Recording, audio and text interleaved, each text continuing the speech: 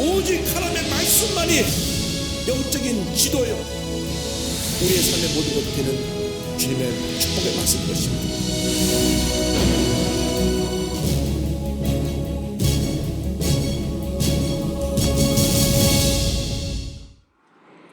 오늘은 로마서 7장 율법과 죄에 대해서 함께 말씀을 공부합니다. 7장까지 사도 바울은 죄의 문제를 아주 심각하게 다루고 있습니다. 그 이유는 죄의 뿌리가 워낙 깊어서 우리 스스로의 힘으로 감당할 수 없는 그러한 우리 일생 동안 가장 큰 문제이기 때문에 그것을 깨닫게 하고 어떻게 하면 그 죄의 문제를 해결할 수 있는가 하는 그 부분이 8장에 가면 답이 나옵니다. 그래서 다음 주에는 성령 안에서의 놀라운 하나님의 은혜와 축복에 대하여서 말씀을 공부하게 될 것이고, 오늘까지는 이 죄의 심각성을 우리가 함께 말씀을 통해서 공부합니다.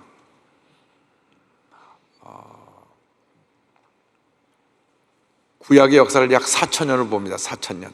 아담부터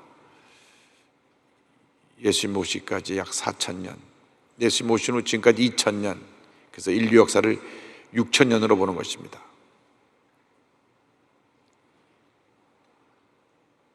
그런데 구약 4,000년의 역사가 아담과 하와가 죄를 지었고 난 이후로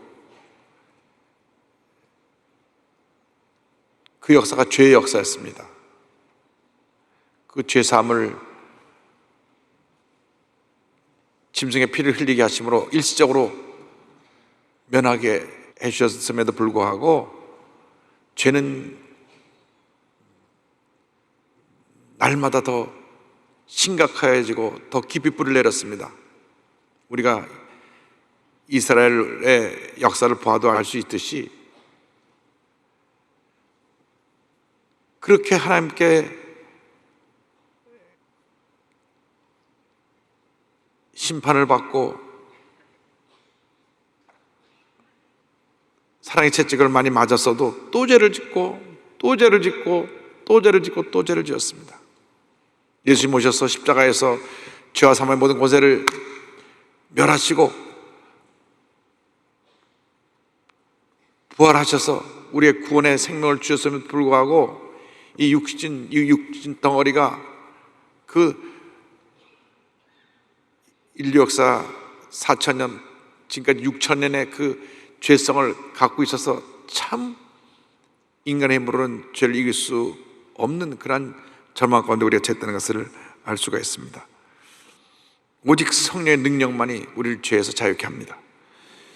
율법과 죄에 대해서 1절 보겠습니다. 형제들아, 내가 법 아는 자들에게 말하노니 너희는 그 법이 사람이 살아갈 동안만 그를 주관하는 줄 알지 못하느냐. 법은 사람이 살아있을 때 적용되는 것입니다. 어떤 죄를 졌다고 하더라도 그 사람이 죽으면 처벌 대상자가 사라져버렸기 때문에 더 이상 법에 의해서 죄를 추궁당하지 않습니다.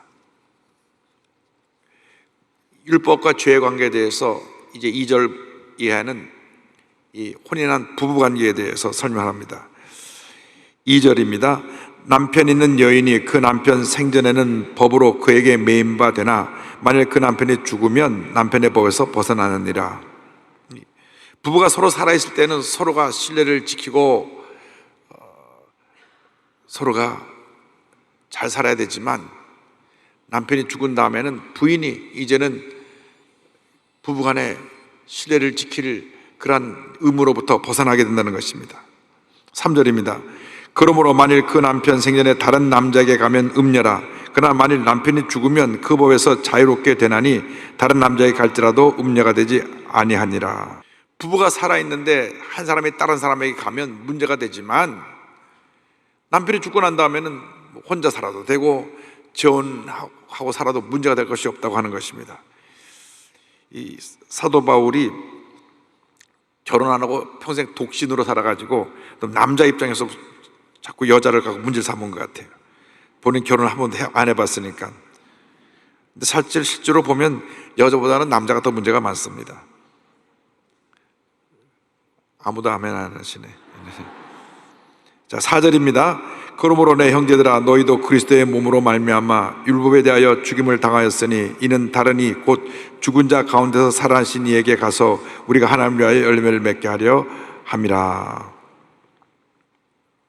이제 우리가 예수님과 함께 옛사람이 죽은 그 순간 옛사람, 죄의 지배를 받던 옛사람은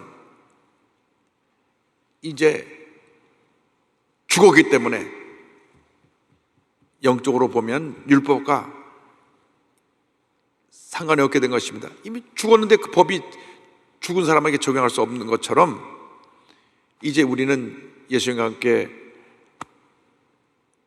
예수를 믿을 때 죽었고 다시 부활해서 이제는 하나님 영광을 위한 열매 맺는 삶을 살아가게 되었다, 그 말씀인 것입니다. 영적으로는 분명히 그런데 실제적으로는 육신을 입고 있기 때문에 문제가 많습니다. 5절입니다. 우리가 육신에 있을 때에는 율법으로 말미암는 죄의 정욕이 우리 지체 중에 역사하여 우리로 사망을 위하여 열매를 맺게 하였더니, 육에 속한 사람은 죄의 정욕이 우리를 지배하고 결국 죄의 삭은 사망이라 우리를 사망으로 이끌어갑니다. 그런데 이제 6절에 가면은 우리가 이제 예수 믿고 변화된 모습을 말합니다. 다 같이요. 이제는 우리가 얽매였던 것에 대하여 죽었으므로 율법에서 벗어났으니 이러므로 우리가 영의 새로운 것으로 섬길 것이요 율법 조문에 묵은 것으로 아니할지니라. 이제 옛사람이 죽었기 때문에 율법에서 자영을 받게 되고 성령의 역사로 이제 새로운 모습으로 살게 되었다. 늘 이걸 우리가 깨달아 알아서 성령 충만 받고 새 사람답게 살아야 합니다. 진짜 그리스도인은 성령의 사람에 대해서 새 사람답게 사는 것이 그리스도인입니다. 근데 그리스도인이 됐어도 죄 가운데 머물러 있는 것은 우리가 성령의 역사가 우리 삶 가운데 소멸되어서 죄에 끌려다니는 것입니다. 그래서 늘 우리는 성령으로 재충만을 받아야 합니다. 이제 7절 8절 보겠습니다. 그런즉 우리가 무슨 말을 하리요? 율법이 죄냐? 그럴 수 없느니라. 율법으로 말미암지 않고는 내가 죄를 알지 못하였으니 곧 율법이 탐내지 말라 하지 아니하였더라면 내가 탐심을 알지 못하였으리라. 그러나 죄가 기회를 타서 계명으로 말미암아 내 속에서 온갖 탐심을 이루었나니 이는 율법이 없으면 죄가 죽은 것입니다. 율법이 죄는 아닙니다. 율법은 죄를 깨닫게 합니다. 율법이 우리가 죄를 깨닫게 하는데, 우리가 예수 믿고 새 사람이 되어서 더 이상 우리에겐 율법이 필요 없게 되었고 죄가 더 이상 우리에게 역사할 수 없게 되었습니다. 율법을 통해서 우리가 우리의 탐심을 깨닫게 된 것입니다. 탐심이라고 하는 것은 이웃의 것을 탐내지 말라는 제 10계명입니다. 그런데 죄는 우리 속에 이것을 깨닫게 할 뿐 아니라 우리에 있는 죄성이 계명이 그만큼 부을수록 더 계명을 어기고 죄를 짓는 그런 본성에 있어서 죄를 부추기는 것입니다. 사람들이 죄성이 얼마나 강한지 도둑질 하지 말라 알면서도 또 훔칩니다. 도벽에 있는 사람은 너 도둑질하면 붙잡혀서 벌받고 감옥에 간다. 그런데 더 나가서 어떻게 하면 안 잡히고 도둑질할까 연구를 하고 도둑질을 하는 것입니다. 감옥에 갔다 나온 사람들이 75%가 다시 또 죄를 지어서 감옥에 간다고 하는데 그만큼 죄성이 강한 것입니다. 본인이 죄 짓고 감옥에 갔다가 나왔으면 다시는 내가 그 길 안 가겠다고 딱 끊어야 되는데 죄성이 자꾸 부추깁니다. 그러니까 죄가 기회를 타갖고 더 그래 그거 무시하고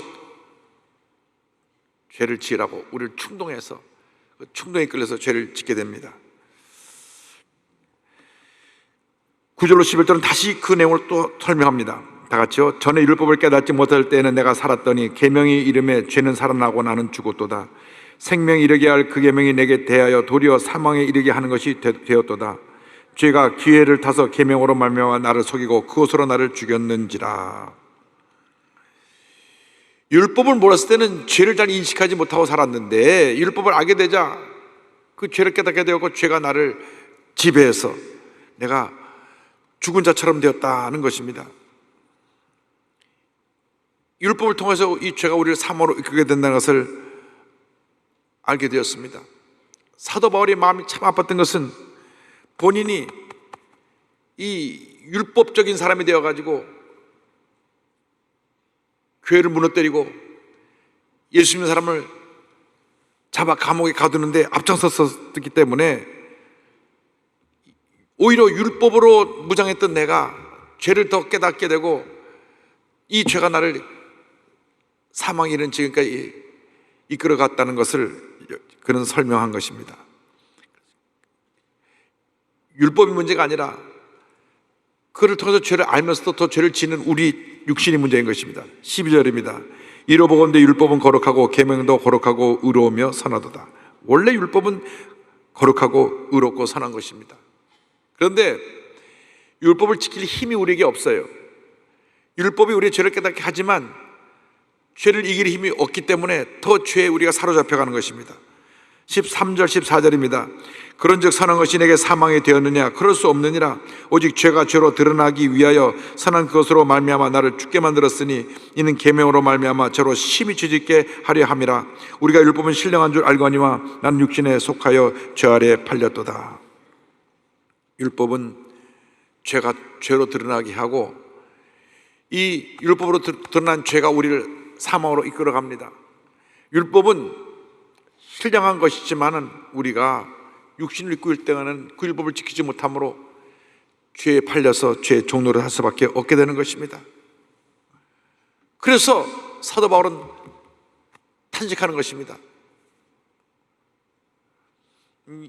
로마서 7장을 언제 기록했느냐라는 그 성경학자들의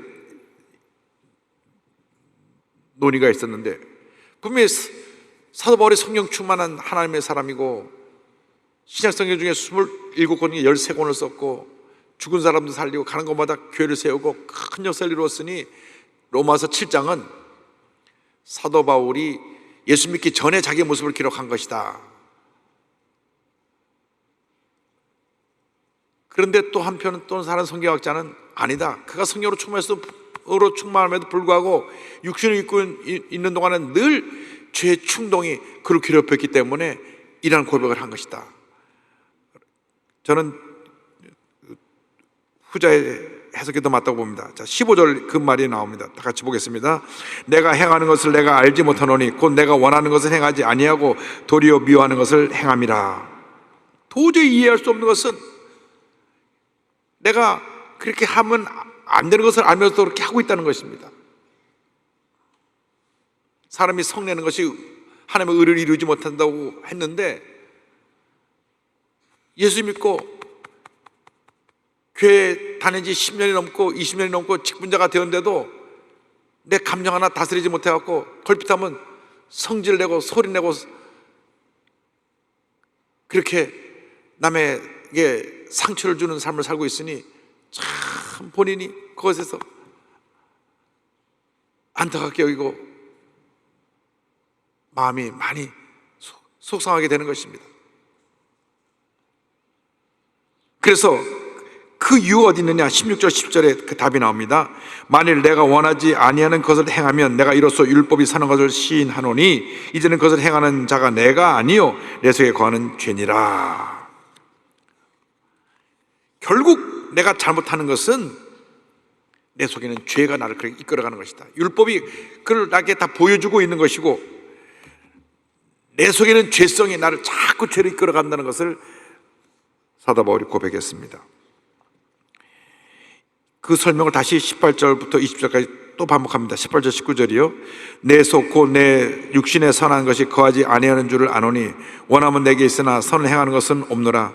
내가 원하는 바 선을 행하지 아니하고 도리어 원하지 아니하는 바 악을 행하는도다. 20절도 보겠습니다. 만일 내가 원하지 아니하는 것을 하면 이것을 행하는 자는 내가 아니요 내 속에 거하는 죄니라. 대단히 불행하게도 우리가 입고 있는 이 육신에는 선을 행할 능력이 없습니다. 이 육신은 죄덩어리입니다. 아담과 하와 이후 지금까지 6천년 동안 죄에 길들여졌습니다. 죄에 익숙합니다. 우리나라 옛날 삼국시대 얘기를 보면 삼국시대 통일을 이룬 김유신 장군의 말이 늘 그 당시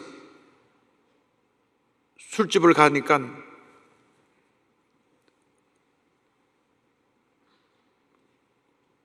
이를 보고 말을 타면 저녁에 그 말이 술집으로 데려다 주는 겁니다.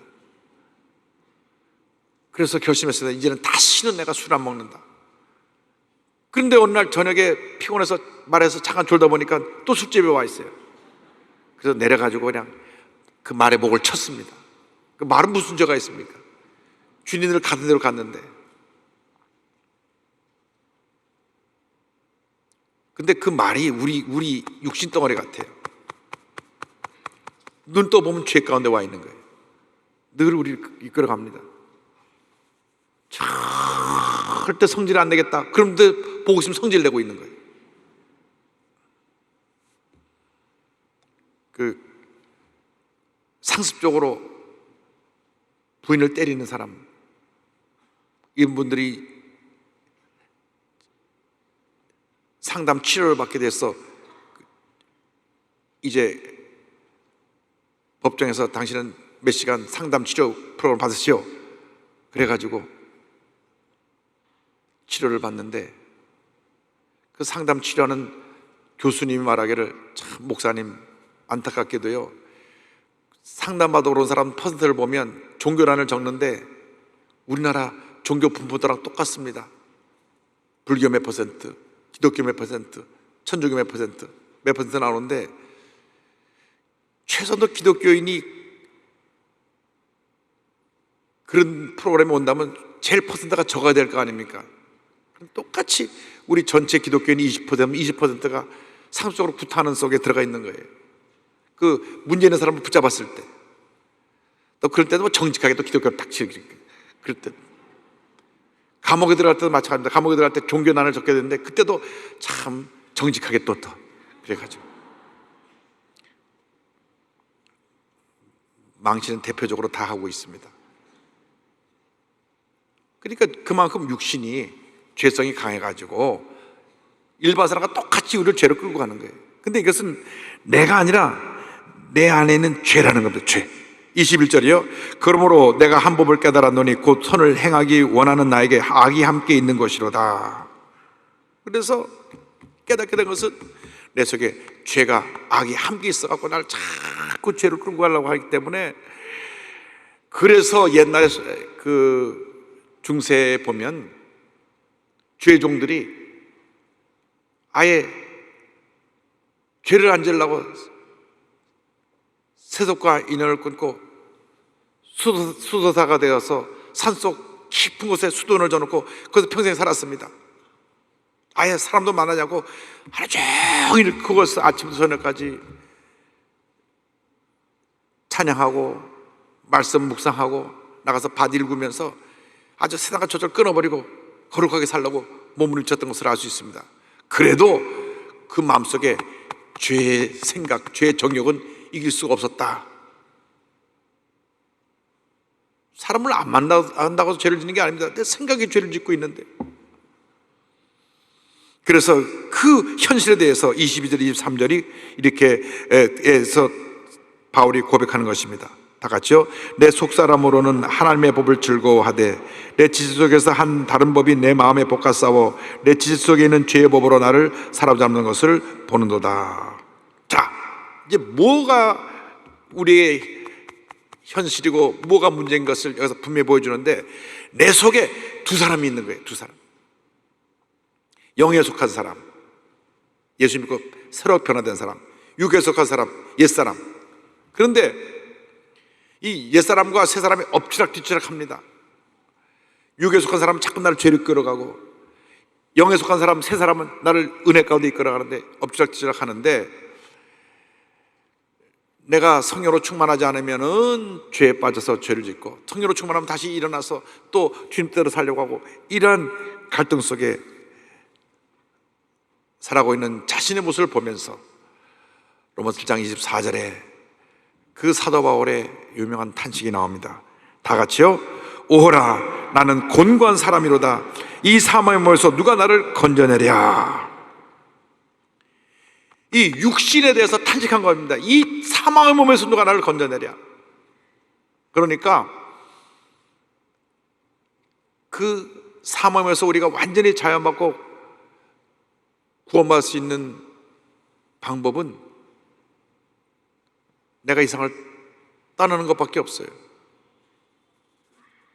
내가 이 세상의 삶을 마치고 주님의 앞에 부르심을 받는 그 순간 죄와는 상관없는 사람이 됩니다. 그렇다고 해서 우리가 다 빨리 죽게 해주세요 할 수는 있는 건 아닙니다. 천국 가기를 다 소원하면서도 빨리 가라면 다 싫어해요. 내가 왜 먼저 가냐고나 싫다고. 육신은 아직도 이 땅에 미련이 많고, 아직도 죄에 대해서 익숙하고, 아직도 달콤한 유혹에 쉽게 빠지는 그러한 습성을 갖고 있습니다. 그래서 오호라, 나는 곤고한 사람이로다. 이 사망의 몸에서 누가 나를 건져내랴 탄식한 것입니다. 그러나 25절에 반전이 있습니다. 그럼에도 불구하고 하나님께 감사합니다. 그리고 이제 8장으로 탁 넘어가면서 생명의 성례의 법이 죄와 사망의 벌상을 해방했다 하는 대선언이 나옵니다. 25절입니다. 우리 주 예수 그리스도로 말미암아 하나님께 감사하리로다. 그런즉 내 자신이 마음으로는 하나님의 법을, 육신으로는 죄의 법을 섬겨노라. 할렐루야. 그럼에도 불구하고 하나님께 감사합니다. 내가 내 안에 있는 새 사람이, 이 속사람, 영에 속한 사람, 구원받은 나의 변화된 모습은 하나님의 법을 섬기고, 내가 이 땅에 입고 있는 육신, 이 육체는 죄의 법을 섬기고 있다. 그럼에도 불구하고 내가 내 속사람이 하나님의 법을 섬기는 것에 대해서 감사하는 것입니다. 그래서 죄의 심각성이 우리의 모두에게 인식되어져야 합니다. 왜 이렇게 사도 바울이 이렇게 죄에 대해서 이렇게 또 강조하고 또 강조하고 또 강조하고 또 강조했느냐? 은혜만 강조하다가 죄에 대해서 너무나 우리가 심각성을 잃어버리면 그 누구라도 쉽게 죄의 유혹에 넘어가고 죄에 빠질 수 있는 그러한 문제가 있다는 것을 우리 모두가 깨달아 알아야 되는 것입니다. 죄는 싸워 이겨야 됩니다. 유혹은 피해야 됩니다. 죄하고 타협하면 안 됩니다. 그래서 우리 순복음교인들이 이 부분에 대해서 다시 영적으로 깨어서 죄와 싸워 이기고 유혹은 피하고 해서 성령의 사람이 되어 하나님 앞에 귀하게 쓰임받는 우리 모두가 되어야 되는 것입니다.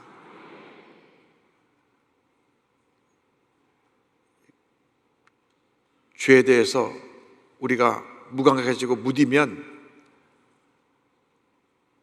우리는 하나님의 은혜로부터 멀어진다는 것을 잊지 말고 저게 오늘 이 시간부터라도 주님 안에서 바로 서서 율법을 통해서 내 자신을 살펴보고 철저히 회개하고 돌이켜서 하나님이 기뻐하는 주님의 일꾼으로 한평생 쓰임받는 여러분 모두가 되기를 바랍니다.